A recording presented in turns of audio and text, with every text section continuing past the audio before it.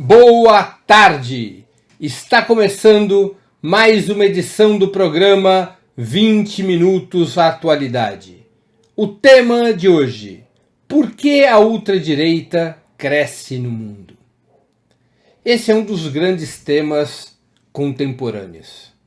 Nos últimos anos, temos assistido nos mais distintos continentes, nas mais variadas nações, um crescimento das correntes de extrema direita, muitas delas com um claro discurso neofascista. Isso tem sido um fenômeno que adquiriu uma repercussão maior a partir da eleição do presidente norte-americano Donald Trump, mas se revela como um processo em curso também em outros países. No Brasil, com a eleição de Bolsonaro, na França, com a ascensão já há vários anos e agora num patamar ainda superior do antigo Front National, agora chamado Reagrupamento Nacional, dirigido por Marine Le Pen, na Alemanha, com a AfD, e agora na Espanha, com o partido de ultradireita Vox, pela primeira vez ganhando assento numa província importante, a mais povoada província autônoma da Espanha, que é a Andaluzia. Vox fez mais de 10% dos votos e terá assento nesse parlamento, apontando já para a possibilidade desse partido de ultradireita vir a ter peso no cenário nacional espanhol. Outros países revelam esse mesmo crescimento da ultradireita, na Áustria, na Suécia, na Dinamarca, na Noruega, na Inglaterra. Há, portanto, indícios muito fortes de que não se tratam de situações avulsas ou separadas entre si, mas de um processo que tem marcado o cenário internacional. A ascensão da ultradireita é um dos fenômenos mais característicos da atual situação internacional. Quando nos perguntamos por que ascende a ultradireita, é claro que nós encontraremos múltiplas respostas. Não há uma única razão que possa explicar essa ascensão da ultradireita. Podemos tentar, porém, sintetizar a explicação desse fenômeno em algumas razões fundamentais. Do ponto de vista econômico, revela o cenário atual do desenvolvimento do capitalismo do mundo, especialmente depois da grande crise de 2008, mas revelando elementos que vêm lá de trás. Vamos tratar essa questão econômica em dois âmbitos. Do ponto de vista das burguesias do mundo, é fato que a crise de 2008 significou uma interrupção, um abalo na expansão do capitalismo pela via da expansão dos mercados. Por muitos anos, o capitalismo mundial tinha se sustentado pelo crédito. Em termos relativos, a capacidade de produção no mundo cresceu em 50 anos muitas vezes, enquanto a renda das famílias e dos países cresceu numa taxa muito menor. Foi se abrindo uma tesoura na economia mundial. Muita capacidade de produção em função das revoluções tecnológicas e baixa renda relativa a esse aumento de produção, provocado fundamentalmente pelas medidas do período neoliberal que vem sendo hegemônico desde os anos 90. Precarização do trabalho, rebaixamento dos salários relativos frente ao custo de vida, perda de direitos trabalhistas, redução dos investimentos públicos, redução do estado de bem-estar social, além da enorme opressão sobre os países da África, da América Latina e da Ásia. Como é que o capitalismo resolvia esse problema desse crescimento enorme da produção e de um baixo crescimento da renda? Pelo crédito. Se oferecia crédito para as famílias, crédito para os países poderem continuar comprando as mercadorias que um capitalismo cada vez mais, com capacidade de produção cada vez maior, entregava ao mundo.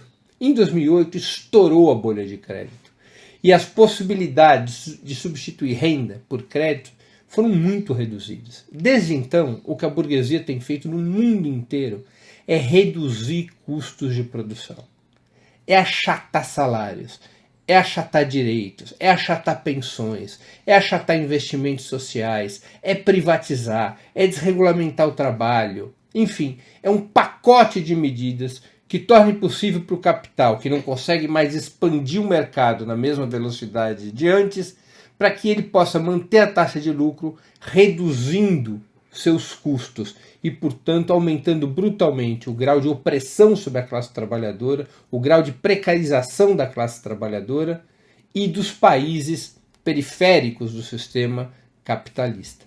Numa situação como essa, é evidente que se aprofunda a contradição entre o capitalismo e a democracia, entre o neoliberalismo e a democracia. E, portanto, cada vez mais a burguesia precisa de medidas que ajudem a desorganizar a classe trabalhadora, que reprimam o seu movimento, que reprimam a resistência contra essas medidas de radical neoliberalismo que estão sendo adotados para enxugar os custos de produção. É necessário restringir os espaços democráticos, é necessário adotar medidas antidemocráticas que possam conter a resistência ao neoliberalismo. Numa situação como essa, a extrema-direita volta a ser útil para a burguesia mundial, porque ela traz a mensagem, ela representa um giro político no sentido da repressão, no sentido do fortalecimento dos aparatos repressivos do Estado, no sentido de desorganizar e combater as organizações de classe. A extrema-direita passa a ter um papel funcional para a burguesia mundial, tanto nos países desenvolvidos quanto nos países periféricos. Por outro lado, a economia dos últimos 20 anos, 30 anos, também modificou e desorganizou a classe trabalhadora. A classe trabalhadora, que política, ideológica e culturalmente ainda está sob a influência do colapso do socialismo, ocorrido em 1990, o colapso do socialismo soviético, o fim da União Soviética de 1991, ainda sob os efeitos desse colapso, a classe trabalhadora passou a ser presa fácil de identificar os problemas da alteração das suas condições de trabalho, não mais nas políticas do capital, mas na competição exercida por outros setores da própria classe trabalhadora. A classe trabalhadora vem perdendo direitos, vem perdendo estabilidade no emprego, vem perdendo perspectiva de prosperidade. E os trabalhadores locais passaram a ver nos imigrantes, que é um fenômeno desse processo do desenvolvimento do capitalismo, na medida em que os países mais pobres ficam ainda mais pobres, e esses países são submetidos a guerras, são submetidos a disputas alimentadas pelo imperialismo, e isso gera imigração, tanto do ponto de vista econômico quanto do ponto de vista dos refugiados de guerra. E o crescimento das ondas de imigração, em especial para a Europa e para os Estados Unidos, faz com que os trabalhadores locais, protegidos durante muitos anos por leis que demarcavam o estado de bem-estar social, passem a ver nesses imigrantes que, por conta da precariedade da sua situação e muitas vezes da ilegalidade da sua situação, aceitam trabalhar mais por muito menos salário e com muito menos direitos, passam a ver nesses imigrantes seus rivais, seus inimigos, aqueles que disputam seus postos de trabalho, aqueles que usufruem dos benefícios do estado de bem-estar social sem serem nacionais, sem terem participado das lutas que levaram à construção daquele tipo de sociedade, mesmo que dentro do capitalismo. Desprovida de uma consciência socialista mais ampla, de uma consciência anticapitalista mais ampla, os trabalhadores passam a se sentir ameaçados pela precarização do trabalho, passam a sentir que o seu futuro está em risco, passam, portanto, nessas circunstâncias, havendo os imigrantes o seu grande inimigo. Boa parte da classe trabalhadora passa a ter esta perspectiva, especialmente, repito, nos Estados Unidos e na Europa. E a grande mídia vinculada ao capital, a grande mídia vinculada aos grupos burgueses hegemônicos, alimenta esse espírito na forma de racismo, na forma de criminalização dos imigrantes, identificando-os como a fonte do aumento da violência e da criminalidade, estabelecendo um clima de divisão na classe trabalhadora. E este clima, provocado pela precarização do trabalho, é um outro fator no âmbito econômico, mas com consequências culturais, ideológicas e sociais, que alimenta a extrema-direita. Porque a extrema-direita ressurge com um forte discurso nacionalista e xenófobo, focando nos imigrantes, no diferente, no diverso, o inimigo a ser combatido. E consegue, com isso, ter repercussão em setores da própria classe trabalhadora que vem perdendo espaço e direitos com o desenvolvimento do capitalismo na sua etapa atual. Por um lado, portanto, a burguesia necessita da extrema-direita para enfrentar eventuais resistências ao neoliberalismo e, por outro lado, a precarização do trabalho gerada pelo próprio neoliberalismo cria as possibilidades de uma divisão no seio da classe trabalhadora, no qual se introduz, como em outros momentos da história, o discurso do combate ao diferente, do combate ao estrangeiro, do combate ao diverso, como elemento central que dá base popular, dá alguma base popular à extrema-direita. Os principais partidos da ultradireita na Europa, em especial, têm um fortíssimo discurso anti-imigração. Isso é verdadeiro para o reagrupamento nacional na França, isso é verdadeiro para a AfD na Alemanha, isso é verdadeiro para o Vox na Espanha, isso é verdadeiro para todas as organizações de ultradireita na Europa que fazem da luta contra a imigração um elemento central para a ascensão dessa ultradireita. Esse pano de fundo de ordem econômica permite que outros elementos agregadores da ultradireita se manifestem, em especial no campo racial e no campo religioso.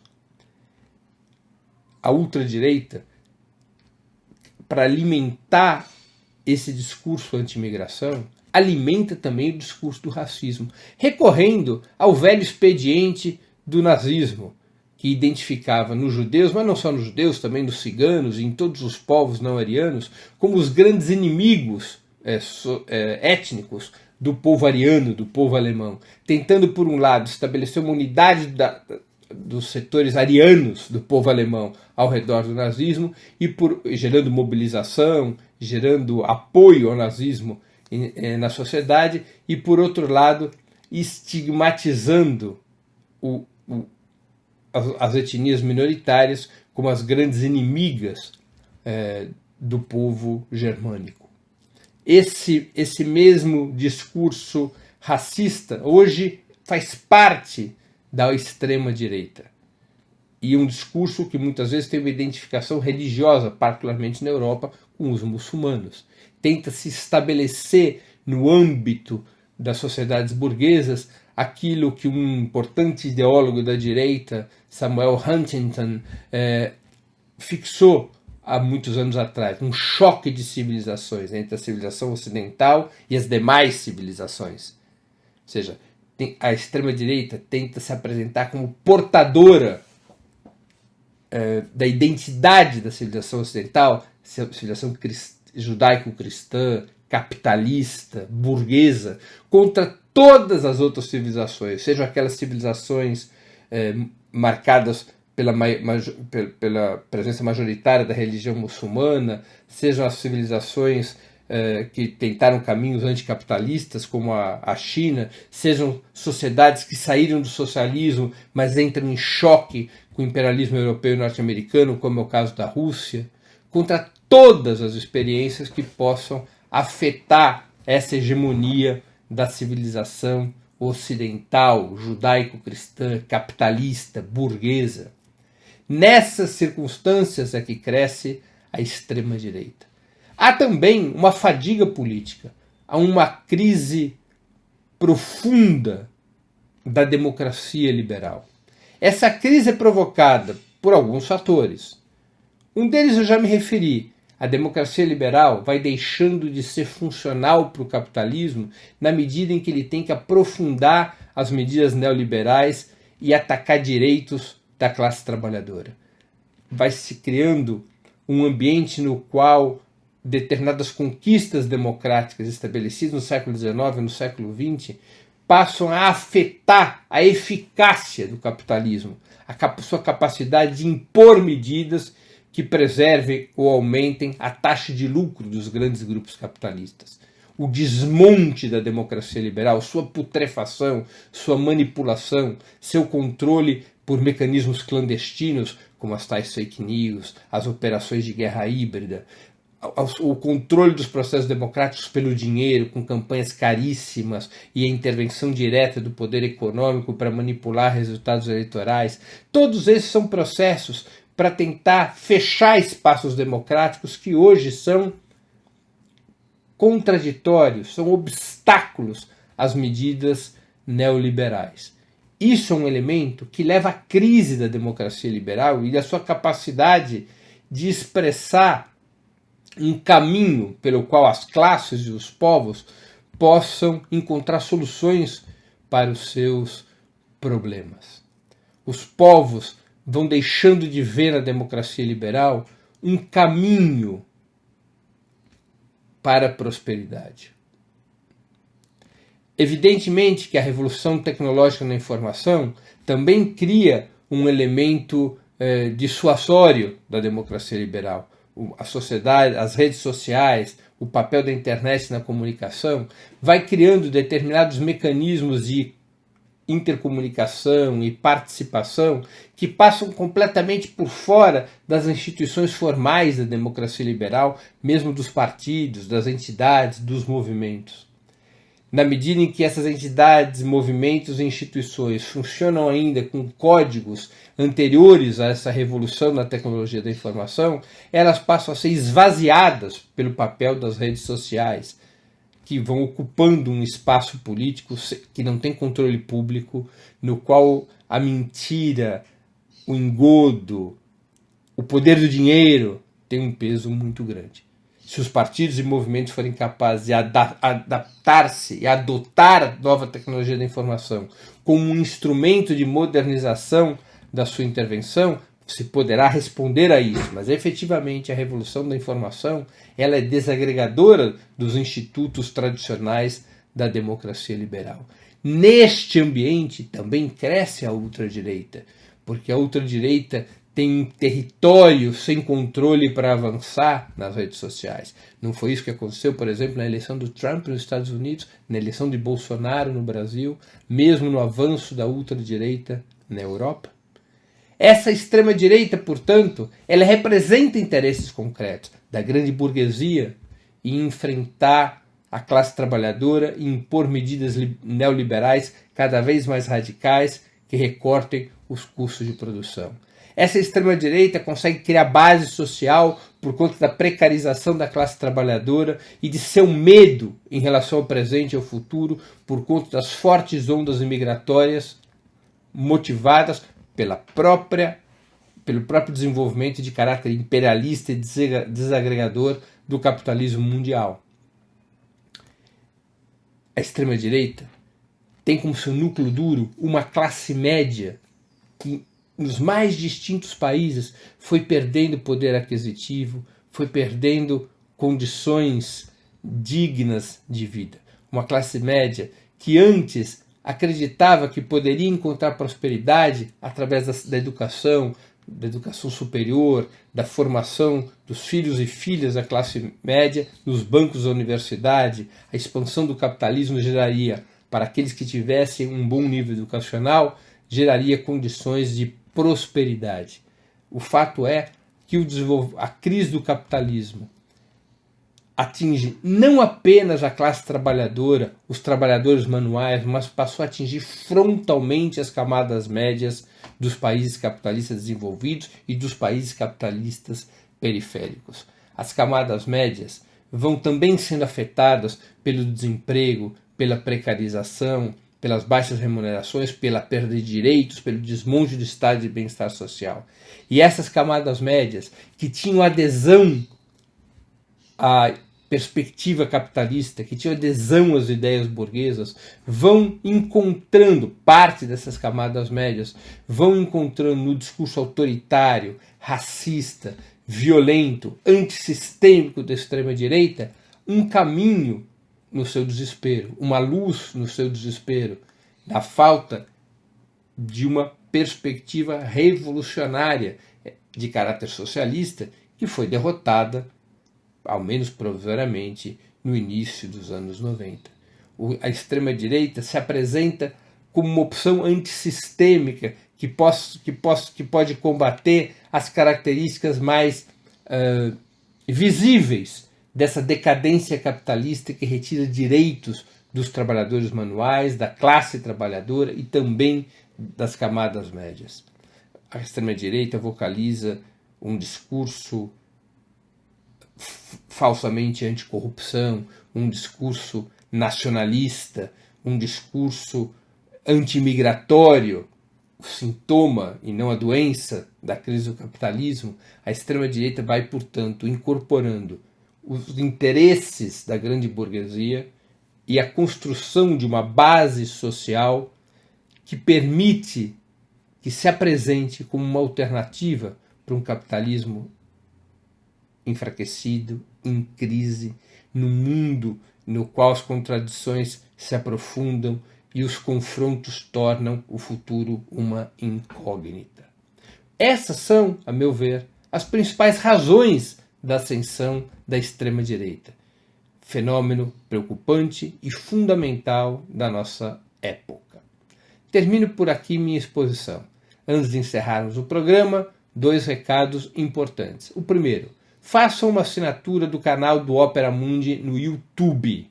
Nessa plataforma vocês poderão assistir edições anteriores do nosso programa, bem como sua transmissão ao vivo. O YouTube é uma plataforma muito mais amigável para transmissão de vídeos, para comentários e mesmo para contribuição financeira ao Opera Mundi, ao canal Opera Mundi, através do Super Chat. Segunda mensagem. Peço a vocês que façam uma assinatura solidária do Opera Mundi. A assinatura solidária para o nosso site pode ser feita no endereço www.operamundi.com.br/apoio. Eu vou repetir, www.operamundi.com.br/apoio. A assinatura solidária é um pequeno valor mensal que nossos espectadores e leitores pagam e com isso permite que tenhamos os recursos para investirmos num jornalismo independente, de qualidade, para investirmos na batalha cotidiana de informações e ideias contra a imprensa de direita. Queria agradecer muito a todos que nos acompanharam nessa tarde de sexta-feira. Queria pedir àqueles que gostaram do programa que o compartilhem, que o difundam para que possamos atingir mais e mais pessoas. E voltaremos a nos encontrar na próxima terça-feira com o 20 Minutos História. Um grande abraço e até lá!